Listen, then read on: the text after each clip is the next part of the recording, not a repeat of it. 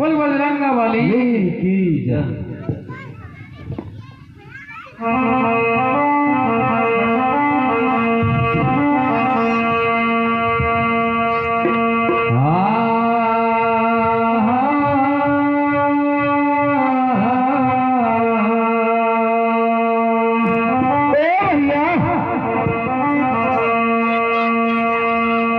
तो भाई ये प्रेम भक्ति दोनों एक से यार जो कोई कर ले, अरे प्रेम बढ़ावे प्रीति को सो भक्ति मुक्त करे। तो ये प्रेम घटे शक्ति घटे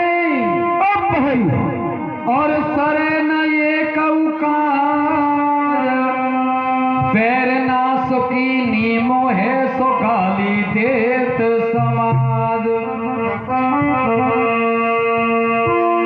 तो ये प्रेम से कीरत बढ़े और ये मिले प्रेम से वोट, राज करे चमोर यद सो लड़े प्रेम की।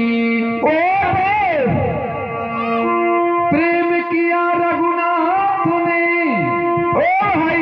आर्य बंदरों किए बसीर, पुलवा जो लंका दई सो बन गई सतो बसीर।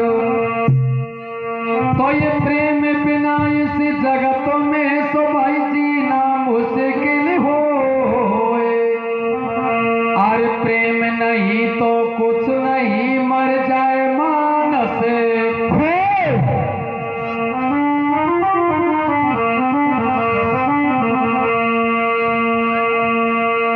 तो ये ब्रह्मा जी ने एक दिन आयर मन में कियो विचार, अब जोड़ी पैदा करूं मैं एक पुरुष एको।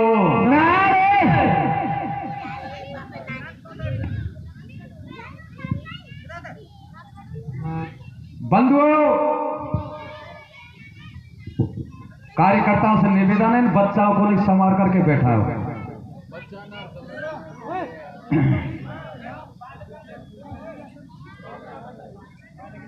रामायण में लिखा है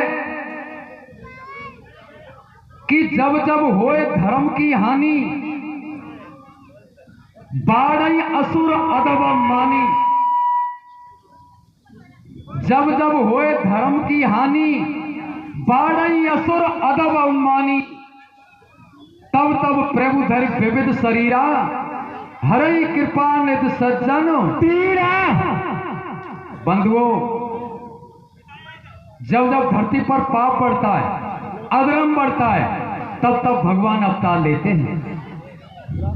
सज्जनों जब प्रलय होती है, इसके बाद महाप्रलय होती है, तब ये पूरा संसार जलकर के राख हो जाता है। इसके बाद पानी पानी हो जाता है। सज्जनों कथा श्रीमद् भागवत से ली गई है, बड़ा आनंद आएगा। ब्रह्मा जी ने अपने एक के को झटका, उसमें से लड़का पैदा किया। उस लड़का का नाम रख दिया मनु, और दूसरे केस को झटका, उसमें से लड़की पैदा की, उसका नाम रख दिया शत्रुपा।